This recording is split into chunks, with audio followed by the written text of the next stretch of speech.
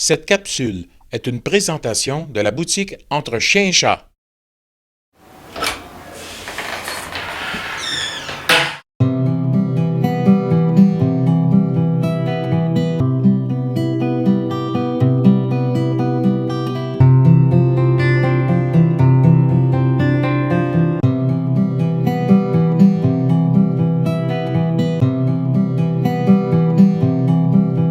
Ça se détériore d'année en année.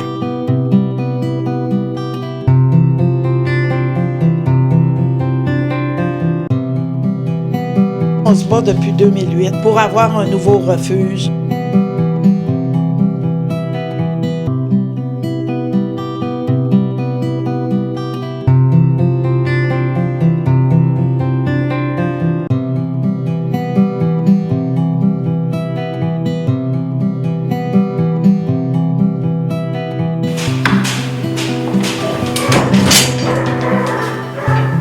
C'est le contraire, il faut la lever de même pour l'ouvrir. On s'est lavé tantôt, hein?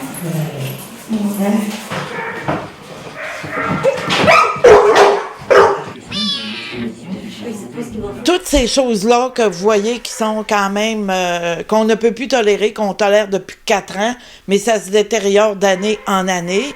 Alors, c'est sûr que c'est une ancienne étape dans le temps qui a été finie à l'intérieur. Alors, idéalement, elle devrait pas être elle devrait pas être chauffée en partie. Elle est chauffée en partie. C'est ce qui donne les mauvaises conditions de la bâtisse. Normalement, ça devrait être un état pour accueillir des chevaux, accueillir des vaches. Vous voyez, parce que l'extérieur, on a quand même investi il y a déjà, mais l'intérieur ne répond plus. C'est la raison du million pour les cages, parce qu'il faut penser aux cages, il faut penser aux revêtements de plancher qui ne sont plus conformes. Le bois, c'est conducteur de microbes, vous le voyez. Il n'y a rien, je pense, à l'heure actuelle qui ne répond aux normes et standards qu'un refuge devrait avoir au Québec, et ici à Charlevoix, actuellement. Une mère avec ses bébés, il sort, là. Fait que cette cage-là, Moi, je me l'utilise plus. C'est terminé. Parce qu'on peut pas réparer. On est à préparer à l'heure actuelle un plan stratégique sur 3 ans qui va nous permettre premièrement de se localiser avec un terrain, avec un architecte. Et puis après, on va être capable, avec notre plan stratégique, d'aller chercher des revenus qui vont pouvoir aider à payer une hypothèque, parce que vous savez très bien qu'un refuge, pour mettre en place un refuge, c'est un investissement quand même. Il faut penser 1 million. On peut pas aller plus bas ni plus haut, mais il faut penser 1 million. Alors, c'est pour ça que ça prend l'aide de la population. La population, on a de moins en moins de visiteurs parce que, vous savez, les conditions sont pas idéales. On ne fait plus de garderie parce que, réellement, on ne répond plus aux normes et aux standards du ministère à l'heure actuelle. Mais on est dans la bonne voie pour obtenir cette année l'appui de la population. On a eu l'appui d'une MRC. On a l'autre également qui est en appui en partie. On a la côte de Beaupré qui est en partie aussi. Mais je pense que cette année 2014, on devrait être en mesure, l'année prochaine, dans la même année, d'avoir au moins une base pour être capable de partir un nouveau refuge. Bonjour, je m'appelle Sabrina Godreau, je travaille à la SPCA Charlevoix. Je m'occupe des licences et puis un petit peu de zoothérapie avec les personnes âgées, le lavage d'animaux, tout ce qui se rattache un peu au refuge.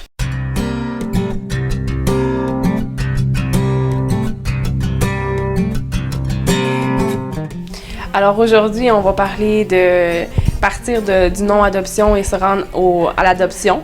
Donc la préparation de l'animal, le lavage des oreilles, couper les griffes, le lavage de l'animal au complet pour qu'il puisse partir prêt pour l'adoption si des fois après-midi ou demain ou dans les jours à suivre, il va être prêt. Le chien, c'est plus compliqué, mais oui, en normalité, ça serait supposé d'être fait. Dans les conditions qu'on travaille, c'est pas toujours facile de coïncider ça là, entre les deux. De embarquer l'animal, le faire chasser. C'est pas... on n'a pas tout le matériel quasiment pour faire ça. L'animal qu'on va préparer aujourd'hui s'appelle Charlie, il y a 4 mois. Il est très, très, très affectueux. Il demande beaucoup, beaucoup, beaucoup d'affection.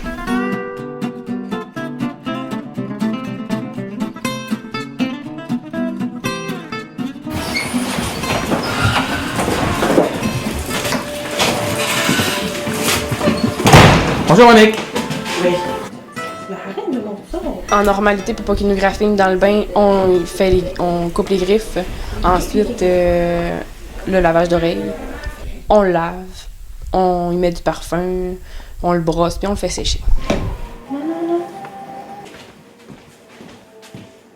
Pour préparer l'animal, si il fait très beau, l'animal, on a le temps de le laver, on a le temps de... En normalité, il y a des heures pour venir adopter, donc de 11 heures, je pense, à 3 heures. Là, on a le temps de le laver parce que notre ménage ici du refuge, le nettoyage est terminé. Donc, on a le temps de préparer les animaux pour l'adoption.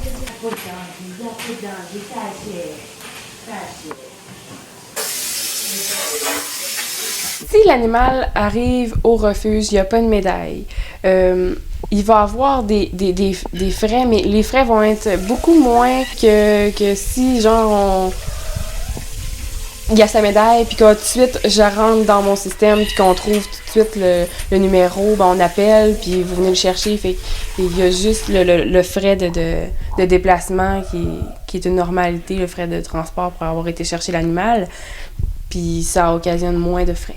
Ça nous aide aussi pour le refuge de payer la licence pour avoir un nouveau refuge, vu les conditions actuelles de ce refuge-là.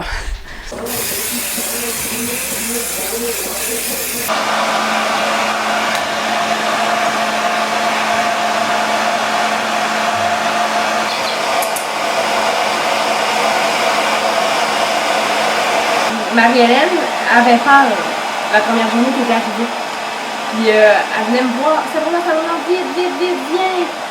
Là j'arrive, je flatte le chat, tout va bien, mais tu vois qu'il est pas approchable. Puis là je dis, ben j'ai dit, prends-le comme tu prends d'habitude les animaux, par en arrière ici. Ouais. Fait que au bout de 5-10 minutes, elle revient, elle dit, non, elle dit, je suis pas capable. J'arrive, je prends le chat, je le change de cage. Puis le lendemain, elle dit, je suis capable de le frotter.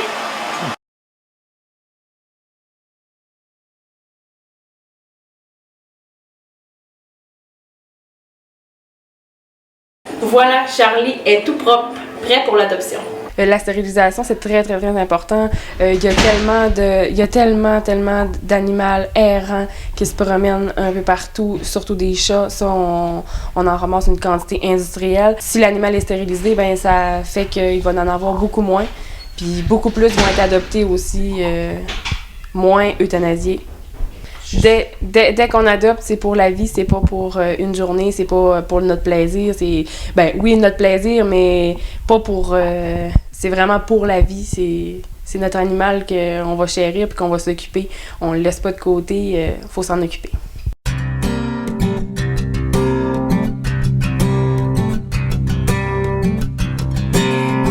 C'est votre premier animal domestique? On a déjà eu un chat avant. Oui. Avant que Nolan vienne au monde. Puis là, on a décidé pour lui de racheter un autre minou. Bon. Et puis, pourquoi avoir racheté un autre petit minou? Ben, c'est parce que ça lui fait faire un petit peu, je trouve que ça lui fait faire de la zoothérapie en même temps, parce que c'est un petit enfant qui est tout seul. Puis toujours maman, toujours maman, toujours maman. Puis là, il s'occupe de sa petite chatte. Ah, Puis il la soigne, puis il la flatte, puis il joue avec, puis il a acheté des jouets, puis un petit panier, puis... C'est un petit mâle, hein? C'est ça, c'est un C'est mâle? une petite femelle. Une femelle. Oui. Tu l'as adopté, quel endroit tu l'as adopté? À la SPCA. Le SPCA. C'est tout récent. Oui, on a fait ça, ça fait 2 jours. Qu'est-ce que tu aimes de ce chat-là comme caractéristique? Parce que c'était une petite femelle. C'est ton premier animal? C'est-tu ton premier animal? Oui. Comment il s'appelle? Regarde le monsieur quand tu parles. Comment il s'appelle? Olaf. Comment? Olaf. Olaf. Pourquoi Olaf? Parce que je l'aime. On a écouté un film, La Reine des Neiges. Puis le petit bonhomme de neige s'appelait Olaf. Puis il aimait le petit bonhomme de neige, ça fait qu'il a décidé de l'appeler Olaf.